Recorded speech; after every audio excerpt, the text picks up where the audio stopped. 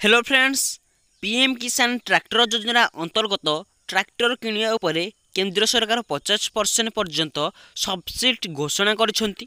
जदि जड़े कृषक ଏହି योजनार अंतर्गत ट्रैक्टर किणती तेबे से ଏହି योजनार लाभ पाइपारे।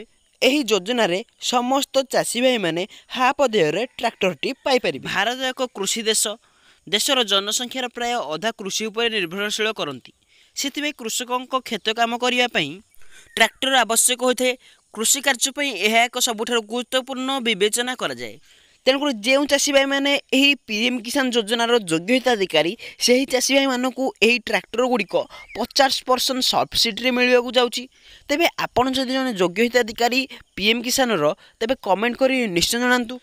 जो चाषी भाई मैंने चाहूँगी जे यही ट्रैक्टर को 50% सब्सिडी ऑनलाइन रे अप्लाई करिया पे तेबे कमेंट करी येस जणातु। नेक्स्ट मु आपनक पई फुल प्रोसेस रे वीडियो करी आनबी ए टू जेड जे आपन केमिति ऑनलाइन रे एही पीएम किसान योजना रो ट्रैक्टर टी को अप्लाई करि परिबे एवं एही ट्रैक्टर को अप्लाई करिया पे कोन योग्यता दरकार। तेणु चैनल को सब्सक्राइब कर बेल आइकन को ऑल कर रखिथांतु। परवर्ती समय जिते मु एही वीडियोटी अपलोड करी आपण यार सर्वप्रथमे नोटिफिकेशन पाई परिबे एवं प्रथमे देखि परिबे।